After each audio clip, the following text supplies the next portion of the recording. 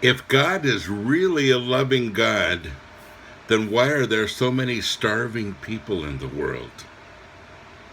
Coming up next on Pastor Bob Daily.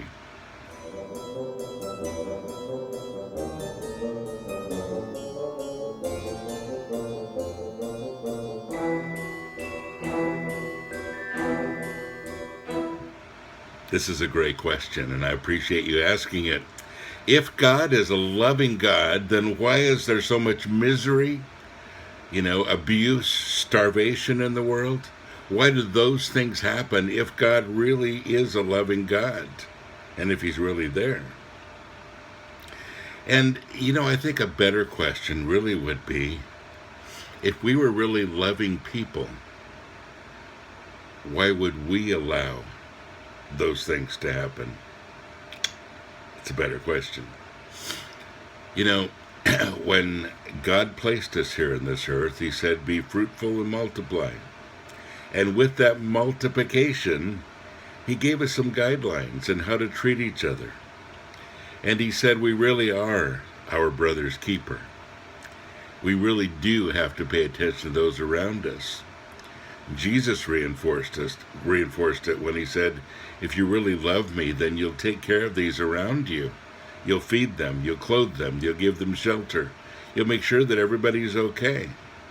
And He gave this charge to the church. And the church many times sits there and says, if God was really a loving God, how could He allow this to happen? Wow, are we really that short-sighted?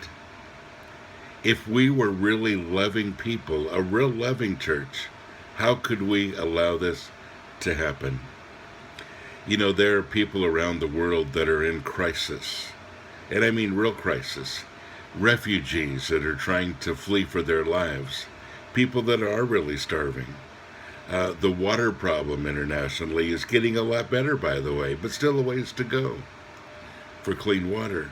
There are all kinds of abuses that continue to happen under our noses, and we continue to spend 95% of all of our money keeping our nice buildings going.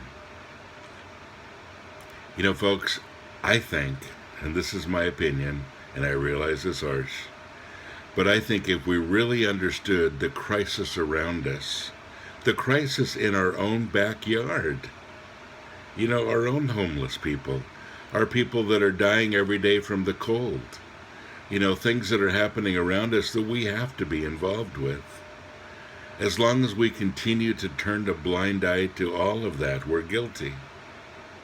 We don't have to think about refugees in other countries. We can go right in our own backyard. As long as we don't see those things, and as long as we don't consider them a crisis, I don't think we're really following what God asked us to do, loving people unconditionally.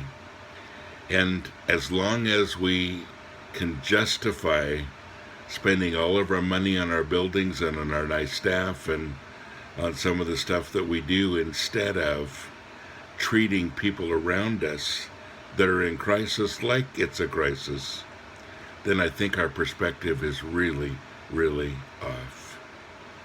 Pastors, I want to challenge you. And my challenge has always been 50% of your money ought to go to missions, whatever that is. Refugees, if that's what your heart is. Feeding the homeless, if that's what your heart is. You say, well, we couldn't afford 50%, then you have some fundraising to do, don't you? 50%.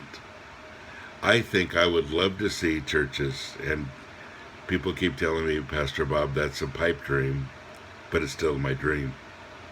Instead of 10% going to missions and 90% going to keep everything running, that we reverse it. 10% to keep everything running and 90% for those in crisis. Folks, let's quit asking why God isn't doing something about it, and let's ask ourselves why we're not doing something about it. God bless you. Have a great day.